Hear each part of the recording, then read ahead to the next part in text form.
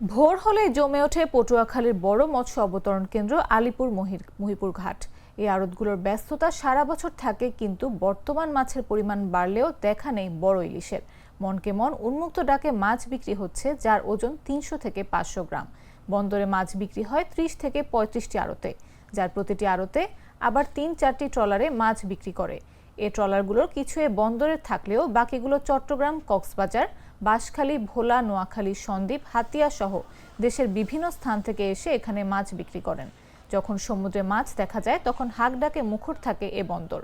তবে অনেক জেলেরা বড় মাছ না পেয়ে হতাশ।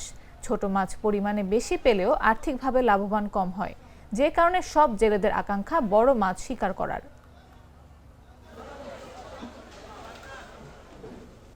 বড় মাছ কম, সাগরে বড় মাছ বর্তমানে পাইতেছে না জেলেরা।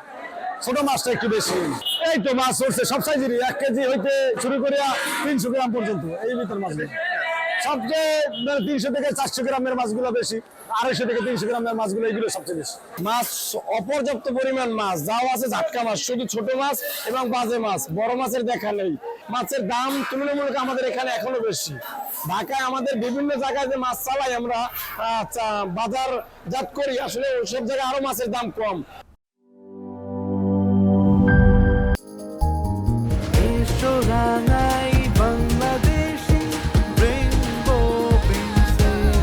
রেইনবো পেইন্টস, ছড়াও জীবনের রং।